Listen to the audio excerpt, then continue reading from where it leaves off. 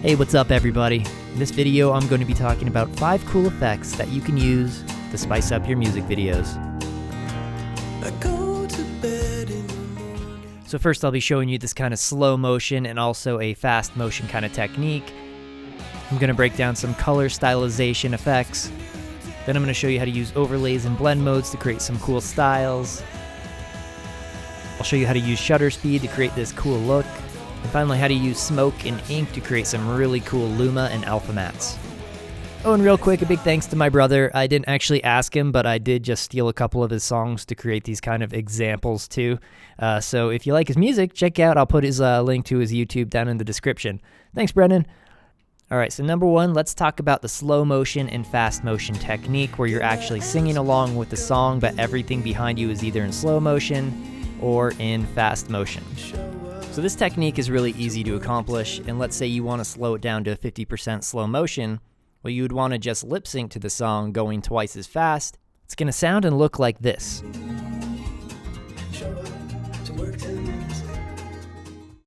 So you can bring the song into Premiere, right-click and go to Speed Duration, and then you can actually speed it up by 200%, export that out, and then you can do your filming.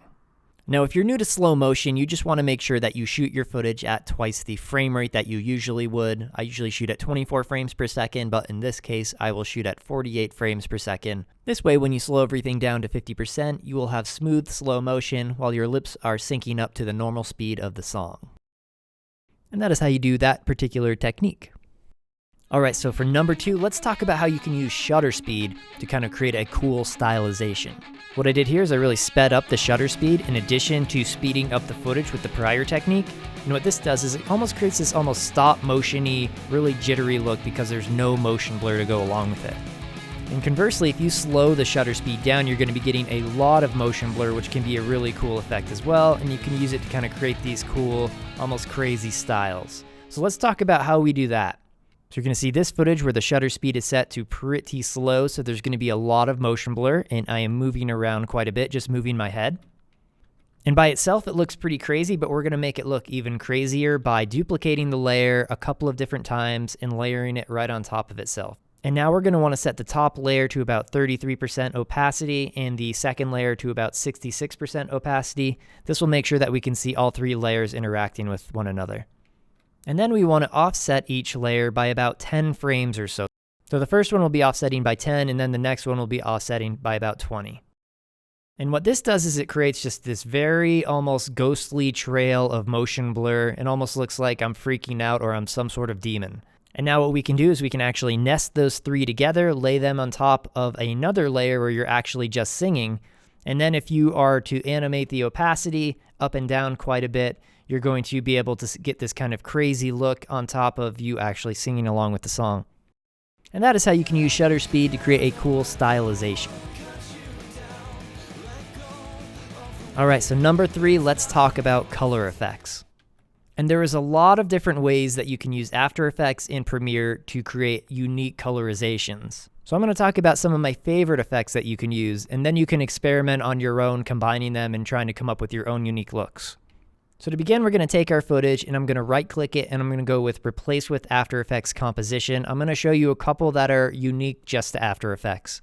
So within After Effects, I'm going to apply a Colorama effect. And this is really going to shift the total colorization of the actual clip. And what you can do here is go into Input Phase and you can go to Phase Shift.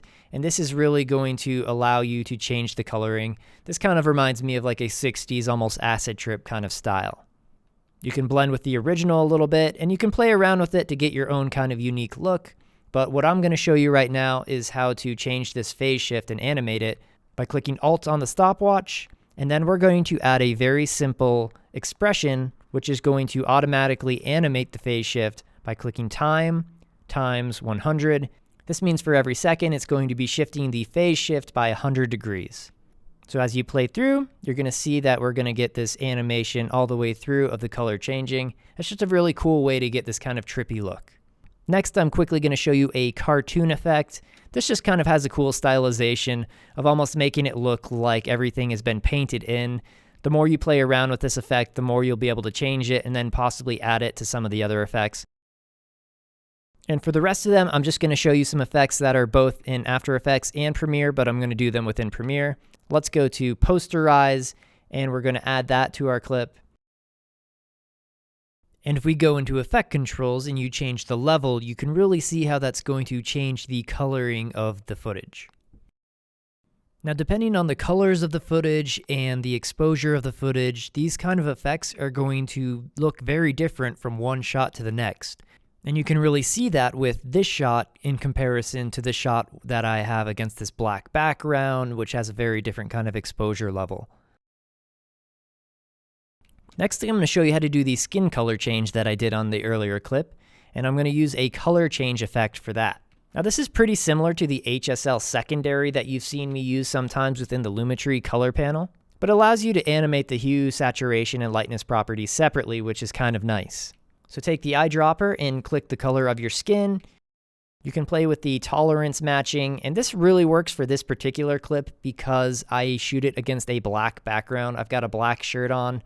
This allows it to not really mess with the luminance values that are going to be so much darker than my actual skin tone. So once you get that all set and it looks pretty good, what you can do is actually just click the stopwatch for the hue transform, and then you can animate that slider throughout your footage, and it's going to change up the look of your skin tone. I like the way this looks. It almost looks like I'm transforming into the Hulk or into like an alien creature. Definitely has a cool look depending on what you're going for in terms of the story with your music video. All right, so those are my favorite color effects. Next, let's talk about overlays and blend modes. Now, overlays and blend modes is a really cool way to, in this particular instance, make it look like I have footage being projected onto my skin. So we have this footage of me playing guitar, and we also have this drone footage that I got of the Denver city skyline. So we're going to take that footage and we're going to drag it on top of our guitar playing footage. Go up to Effect Controls and Blend Modes, and I use a darker color blend mode to get this particular kind of projection kind of look. Now, different blend modes are going to do very different things, such as a difference is going to give you this look, or even a hard mix is going to give you a very almost colorized look. But for the projection look, we're going to go with darker color. This is because there is so much black in this particular shot that it's going to use the lighter areas, and that's what it's going to use to actually project the darker colors of our main drone footage. Next, for overlays, I got this footage off of Video Blocks, a stock footage site that I subscribe to, and we're going to use this. We're going to drag this over, and I'm going to use a hard mix blend mode for this particular one. And this is going to give us a very colorful, bright kind of look that follows along the lighter areas of that footage. Next, I'm going to nest those two clips together so that we can do another blend mode. And I'm going to bring that original guitar playing clip over it this time. And this time I'm going to use a linear light blend mode. And finally, we're going to nest those two together one more time. And what we can do is we can use this nested sequence along with the original footage, and we can use an overlay mode, and we can play with the opacity until we get something that looks about right.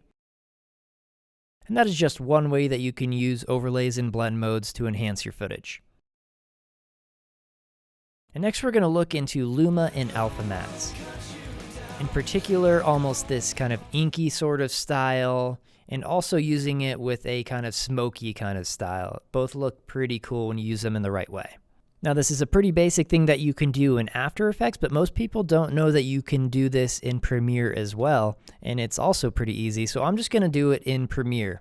So I have this clip of my roommate walking down the hall, and I also have this clip of a white smoke going across the screen that I got, once again, off Video Blocks, a stock footage site that I subscribe to. And the way a Luma Mat works is it takes the white values, and that is what you can see, and all the black values you won't be able to see. So we can drag that over our footage, and on our main footage layer of my roommate walking, what we're going to do is we're going to add a set matte effect. And since our smoke footage is on layer 2, we're going to go to our take matte from layer and set it to video 2.